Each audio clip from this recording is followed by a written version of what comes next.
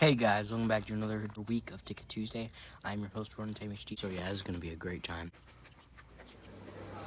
Hey guys, welcome back to an episode of Ticket Tuesday. I'm your host, Ron HD, and this week we watched, I think it's The Equalizer 3. I was trying to see if there was a the or not, but The Equalizer 3, starring Denzel Washington and Dakota Fanning. This film is the third and said to be final installment in the Equalizer franchise. I enjoyed this movie a lot, and I found it incredibly enjoyable, and maybe even the best installment in the franchise. And I just, it was super gory, probably the goriest one in the franchise as well, and it was just a really engaging story. But before I want to go on a whole rant about how much I like the movie, I'll tell you why I like this movie and more back at the house. Like a man who understands violence.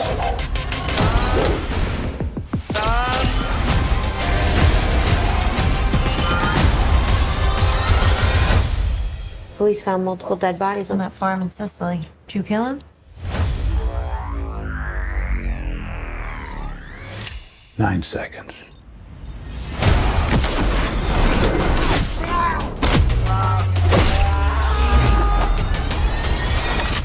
Do I look like a killer? Hey guys, welcome back to another episode of Ticket Tuesday. I'm Roser and HD, and this week we watched The Equalizer 3, the third and said to be final installment in the Equalizer franchise. This is starring Denzel Washington and Dakota Fanning.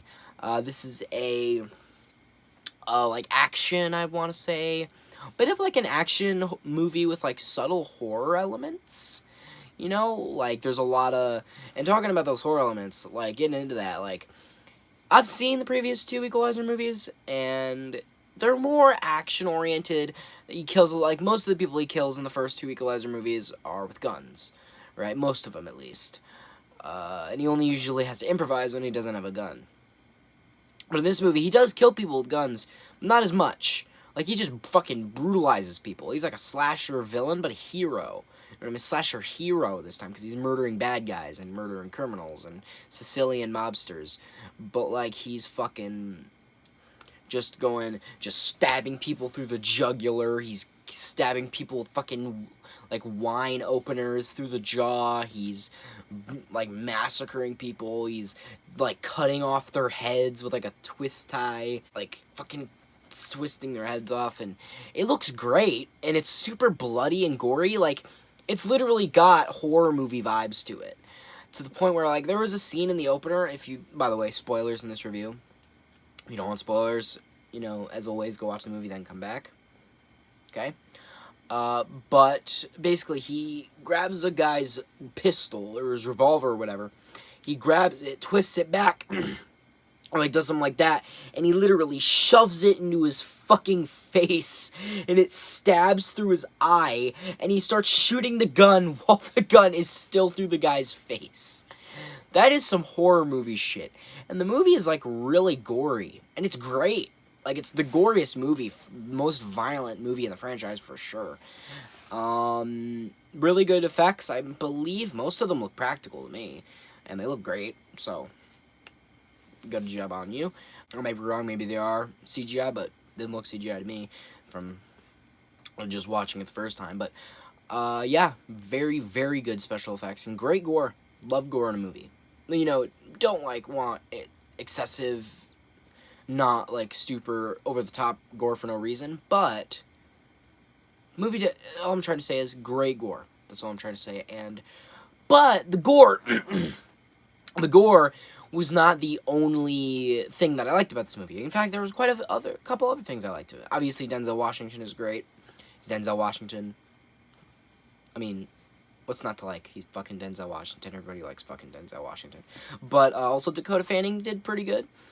And also, I thought the story was, like, really, I think it was the best in the franchise, because, personally, I just think it was the most engaging because of, like, the stakes. I felt like the stakes were, like, the highest they've been to me, because, obviously, all the stories have been personal to an extent, because that's kind of what gets him back in the game. He's, like, a retired assassin, and, like, what gets him back in the vigilante game is, there are these people, like, causing a ruckus, like fucking up with his personal life or fucking with his life and shit like that. But this one felt personal because, like in the other movies, I don't know, this one just felt different because there were people that he genuinely cared about that were going to get killed, and they were in danger of getting killed. And obviously, I mean, yeah, it happens in every movie. I don't know, I don't know how to describe it, but just something felt different about this story that felt more connected. Maybe it's because of Denzel's performance.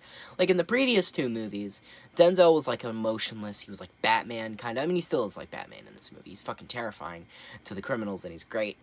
But in the first two movies, he was, like, calm and collected and monotone, but not in, like, in a bad Steven Seagal way, in, like, a good, like, scary, intimidating way, right? Like, he was, like, super not very emotional on purpose.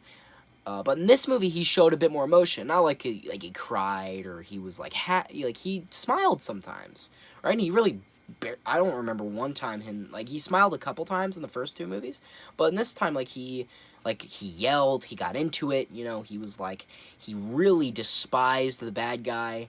You know what I mean? Like he really got into it. And in the last two movies, like the bad guy, like he like just talked to him in like a very intimidating voice. I know that's a very bad impression. It's very bad. Don't judge me. Judge me a little. Just a little. Maybe a little bit more. But, yeah. I think that him, like, getting... I mean, obviously, by the end, he was, like, intimidating the villain and, you know, being super creepy with the villain, like he always is. But, like, and, like, scaring him, singing a song to him. And it's, like...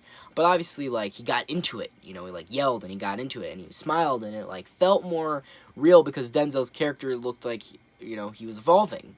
You know, Denzel was evolving throughout the films, and he went through a bit of an arc, and, you know, he wanted to kind of give up, maybe, like, he wanted to give up his life of, you know, like, vigilantism, maybe by the end, but we don't really know.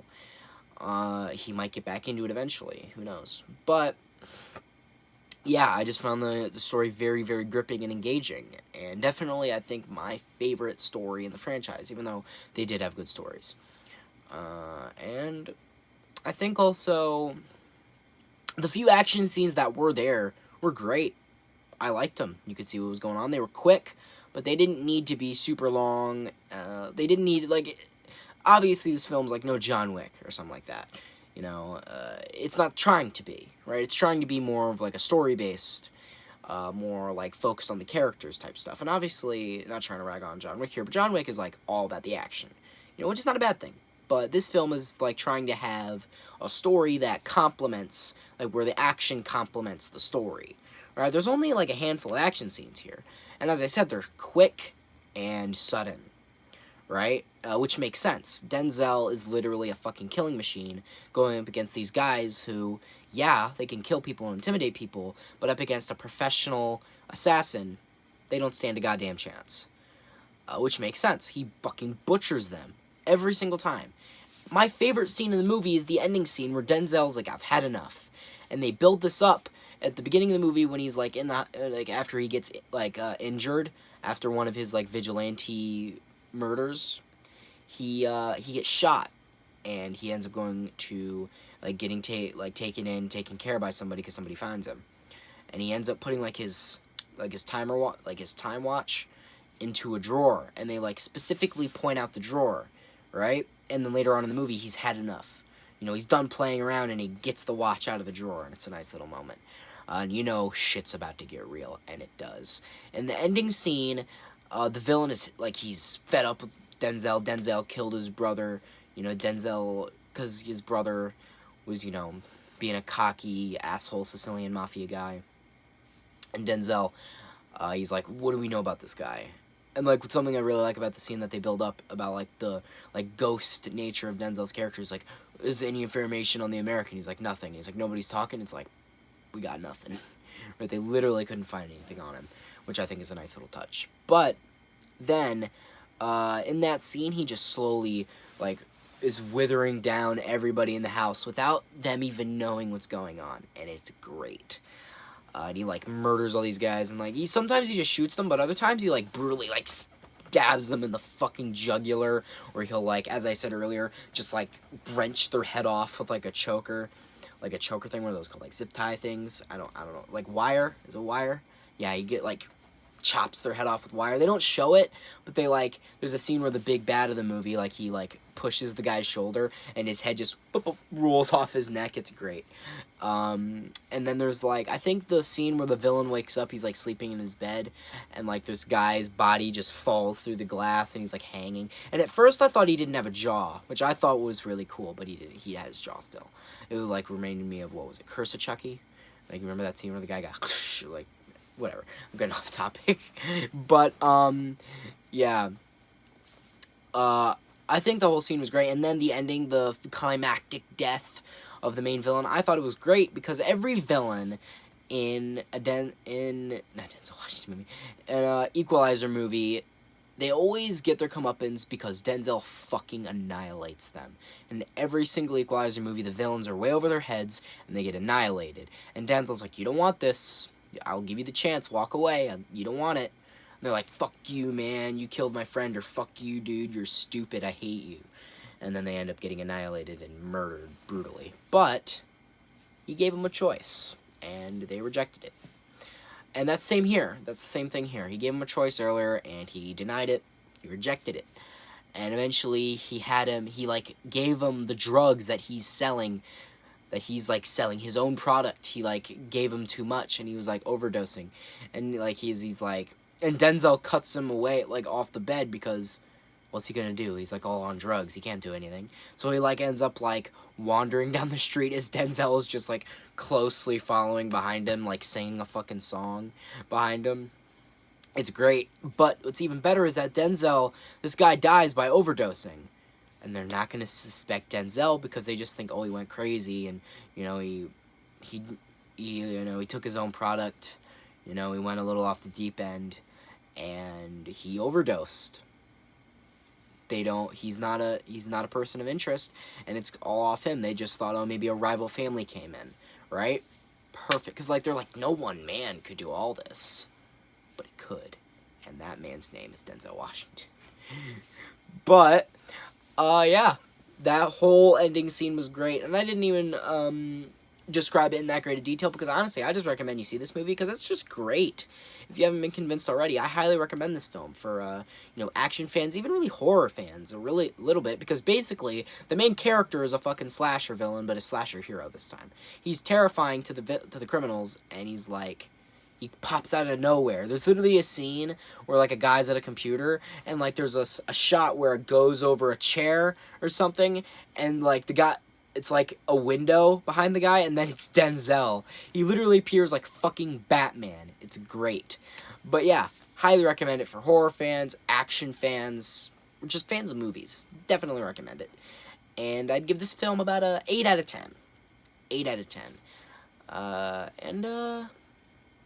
Yeah, I think I've said what I need to say. I think I've said my piece. So guys, hope you like this video. Share, friends, subscribe, notifications on.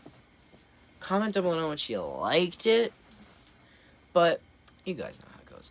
I don't really say that. What I really meant to say was hope you guys hated this video. Unsubscribe, dislike, tell me what you hate me in the comments.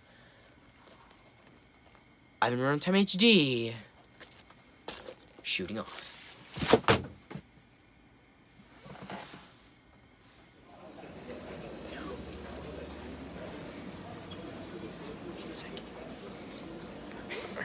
Okay, so